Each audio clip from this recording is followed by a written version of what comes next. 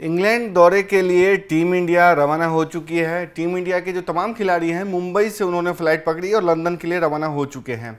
और कहा जा रहा है कि ये सीरीज़ भारतीय कह सकते हैं जो दल है या भारत के लिए काफ़ी अहम होने वाला है, क्योंकि अब तक हमने देखा है कि जब भी आईपीएल के बाद टीम इंडिया इंग्लैंड या कभी भी ओवरसीज़ खेलने जाती है उसका प्रदर्शन सही नहीं रहा है। और ख़ास करके इंग्लैंड में भारतीय टीम का प्रदर्शन जो है लगातार गिरावट देखा गया, खास करके जब T20 फॉर्मेट के बाद टीम वहाँ जाती है। और इस बार तो कह सकते हैं ये श्रृंखला काफ़ी अहम होने वाली है, काफ़ी मुश्किलों भरा होने वाला है ये सीरीज, क्योंकि इसमें जो भारत के नियमित कप्तान हैं रोहित शर्मा वो नहीं खेल रहे हैं, उन्होंने संन्यास ले लिया। और विराट कोहली जो सबसे अनुभवी माने जाते हैं, पूर्व कप्तान हैं और दिग्गज खिलाड़ी थे, टीम के मजबूत पिलर माने जाते थे, वो उन्होंने भी संन्यास ले लिया है। ऐसे में कहा जा रहा है कि जो एक अनुभवहीन टीम है, युवाओं की टीम है, जिसकी कप्तानी या नेतृत्व कह सकते हैं कि सुमन गिल कर रहे हैं, उसके लिए काफ़ी अग्नि परीक्षा वाली सीरीज ये होने वाली है। क्योंकि यहाँ पे जो कुछ टीम खेलेगी, जैसा प्रदर्शन रहेगा, वही WTC 2025 से 27 के दौरान कह सकते हैं कि उनका भविष्य तय होगा, उनकी रैंकिंग तय होगी। टीम रवाना हो चुकी है, लेकिन प्लेइंग 11 को लेकर के बड़ी खबर सामने आ रही है कि हिंट मिलने लगे हैं कि किस खिलाड़ी को मौका दिया जा सकता है, कौन खिलाड़ी प्लेइंग 11 में शामिल हो सकता है। करीब एक महीने के आसपास होने वाले हैं जब टीम का ऐलान कर दिया गया था। इंग्लैंड की टीम का ऐलान 2 दिन पहले हुआ, लेकिन भारतीय टीम ने पहले ही अपनी टीम का ऐलान कर दिया था, जिसकी कप्तानी आपको पता है कि सुमन गिल को सौंपी गई थी और उप कप्तान ऋषभ पंत को सौंपी गई। तमाम जो नए खिलाड़ी हैं उनकी वापसी हुई। ईशान किशन जो सुमन गिल के ओपनिंग साझेदार हैं गुजरात टाइटंस के, उनकी टीम में वापसी हुई। और इस बात के कयास भी लगाए जा रहे थे, क्योंकि जिस कंसिस्टेंसी के साथ वो आईपीएल खेल रहे थे, जिस फॉर्म में थे, उसके बाद कहा जा रहा था कि इंग्लैंड जैसे अहम सीरीज पे उनको मौका दिया जाना चाहिए। ऐसा भी कहा जा रहा था कि वो आने वाले समय के नेक्स्ट विराट कोहली हैं।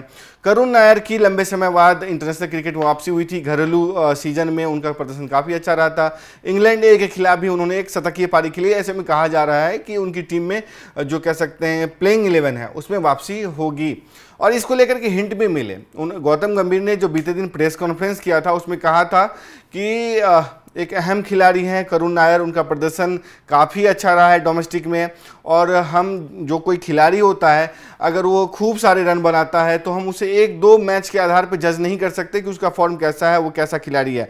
ऐसे में कहा जा रहा है कि जिस तरीके का उनका प्रदर्शन रहा है, और इंग्लैंड लायंस के खिलाफ भी उन्होंने जो शतकीय पारी खेली, उसके बाद कहा जा रहा है कि उनकी टीम में जगह तो पक्की ही मानी जाए। तकरीबन 33 साल के हैं करुण नायर, और अभी टीम के कॉम्बिनेशन को देखें तो भले वो वापसी कर रहे हैं, भले वो लंबे समय बाद आ रहे हैं, लेकिन सबसे अनुभवी, सबसे मजे हुए खिलाड़ी के तौर पे वो नजर आएंगे। टीम में सबसे अनुभवी खिलाड़ी के तौर पर नजर आएंगे। आईपीएल भी वो खेल करके गए हैं। ऐसे में उनकी जवाबदेही, उनकी जिम्मेदारी बढ़ जाएगी और उनके लिए कह सकते हैं दोहरा प्रेशर होगा कि टीम को अपने अनुभव से, जैसा कि गंभीर ने भी कहा कि अपने अनुभव से वो फायदा तो दिलाएंगे ही, साथ ही साथ उनको अपने प्रदर्शन से भी साबित करना है कि उनकी टीम में जगह बनी रहे। और उनके साथ जो कुछ हुआ वो ठीक नहीं हुआ। दूसरी तरफ ये भी खबर सामने आ रही है कि साई सुदर्शन को भी प्लेइंग 11 में जगह दी जा सकती है, क्योंकि साई सुदर्शन का जिस तरीके का प्रदर्शन आईपीएल में रहा है, वो साझेदार रहे हैं एक तरीके से गुजरात टाइटंस में ओपनिंग पेयर के तौर पे सुमन गिल के, जो कि कप्तान है। ऐसे में इस बात की पूरी संभावना है कि उनका भी जगह बनेगा। लेकिन अगर हम आपको बताएं कि जो ये सीरीज है उसका नाम भी बदल दिया गया है। नाम एक तरीके से ट्रिब्यूट देने की परंपरा है तमाम देशों में। जैसे कि आपको पता है BGT सीरीज होता है, बॉर्डर गवास्कर ट्रॉफी, जो कि लिटिल मास्टर सुनील गवास्कर और एलन बॉर्डर जो वहाँ के लीजेंड हैं ऑस्ट्रेलिया के, उनके नाम पे रखा गया। ठीक है, उसी तरीके से कह लें कि जो भारत की जो ये सीरीज होती थी वो दोनों देश अपने अपनी जगह पे हर बार सीजन में नाम बदलते थे, लेकिन अब एक तरीके से इसको आधिकारिक तौर पे कर दिया गया है कि इसकी कंसिस्टेंसी बनी रहे, इसलिए अब तेंदुलकर एंडरसन ट्रॉफी इसका नाम कर दिया गया। तो अगर हम तेंदुलकर एंडरसन ट्रॉफी में टीम इंडिया के प्लेइंग 11 की बात करें अगर संभावित, तो हम उसके बताने की हम कोशिश करते हैं किसकी किसकी जगह बनती है। हम आपको स्क्रीन पे वो भी दिखाएंगे कि किसको प्लेइंग जो कह सकते हैं स्क्वाड है उसमें जगह दिया गया है। कहा जा रहा है केएल राहुल की प्लेइंग 11 वापसी होगी, उन पे भी काफ़ी दारोमदार होगा, क्योंकि टीम के महत्वपूर्ण सदस्य हैं और लंबे समय से अच्छा प्रदर्शन करते आए हैं। यशस्वी जायसवाल हैं, वो ओपनिंग करते रहे हैं, उनका BGT में काफ़ी अच्छा प्रदर्शन रहा था, वो शामिल होंगे। और साई सुदर्शन की वापसी की जा रही है, और उसके बाद सुमन गिल हैं, करुण नायर हैं, करुण नायर की वापसी हो सकती है। सुमन गिल कप्तानी करते नजर आएंगे। किस नंबर पे खेलेंगे, क्योंकि 2 नंबर वैकेंट है, एक कप्तान रोहित शर्मा का और उसके बाद कह सकते हैं कि करुण नायर जो है वो किस स्थान पे खेलेंगे, ये भी देखने की बात होगी, क्योंकि विराट कोहली का जो तीसरा चौथा नंबर है वो भी वैकेंट है। ऋषभ पंत हैं, उनकी हालांकि कहा जा रहा था कि उनका जगह नहीं बनता है, उनकी जगह नहीं बनती टीम में, लेकिन मैनेजमेंट ने उनके पिछले इतिहास को, जो बीजीटी टेस्ट सीरीज के दौरान जो उनका प्रदर्शन रहा था पिछले सीजन, उसको देखते हुए उनको उप कप्तानी सौंपी है। उनकी टीम में वापसी हुई तो जाहिर सी बात है उप कप्तान है तो वो खेलेगा, यानी विकेट कीपिंग आपको करते ऋषभ पंत नजर आएंगे। केएल राहुल बतौर बल्लेबाज के तौर पर एक सीनियर खिलाड़ी के तौर पर खेलेंगे। रविंद्र जडेजा अनुभवी खिलाड़ी हैं, उन्होंने T20 संन्यास ले लिया है, लेकिन कह सकते हैं कि T20 सीरीज टेस्ट में उनकी जगह बनती है, बतौर ऑलराउंडर खेलेंगे। अब देखने की बात है कि शार्दुल ठाकुर, नीतीश रेड्डी में से किसे चूज करती है।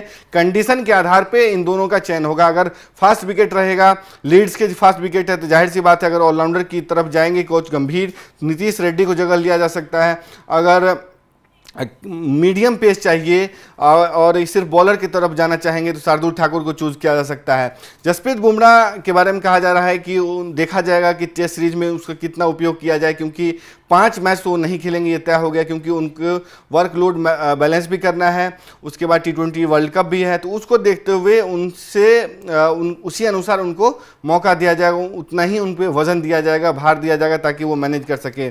मोहम्मद सिराज हैं, प्रसिद्ध कृष्णा हैं, ये आपको टीम में नजर आएंगे।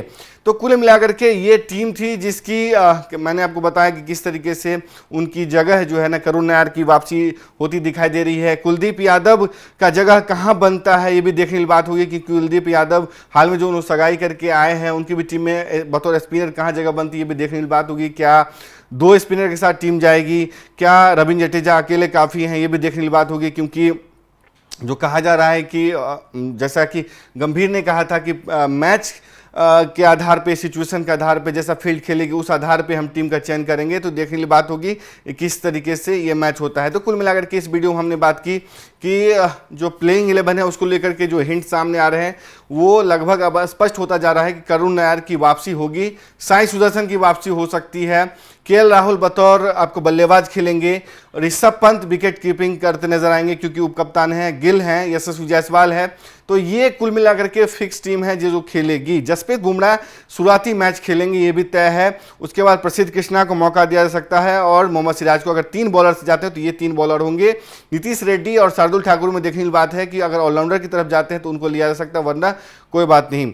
दूसरी तरफ अब कुलदीप यादव को लिया जाता है या नहीं, ये भी सिचुएशन पर डिपेंड करेगा। तो कुल मिलाकर के ये संभावित कुछ प्लेइंग 11 में शामिल होने वाले खिलाड़ियों के नाम थे जो हमने बात की। आपको क्या कुछ लगता है कि किसे टीम में होना चाहिए था, किसे नहीं होना चाहिए? क्या ये बेन स्टोक के खिलाफ जो टीम गई है खेलने के लिए, बेन स्टोक जो इंग्लैंड के कप्तान है, उसको हराने में कामयाब हो पाएगी या नहीं? क्या भारतीय टीम को इतना मौका दिया जाना चाहिए, क्योंकि नई टीम है, नया कप्तान है, नया उप कप्तान है और पूरी तरीके से सिनेरियो बदला हुआ है क्योंकि रोहित शर्मा, विराट कोहली नहीं है। तो अगर उन दोनों की अनुपस्थिति में एक नई टीम गई है तो क्या वो बेन स्टोक जैसे अनुभवी कप्तान उनकी अनुभवी टीम को हरा पाएगी या नहीं? आपकी जो भी राय है स्पोर्ट्स आर कमेंट बॉक्स खुला हुआ, अपनी राय जरूर दें। तब तक के लिए देखते रहे स्पोर्ट्स आर। नमस्कार।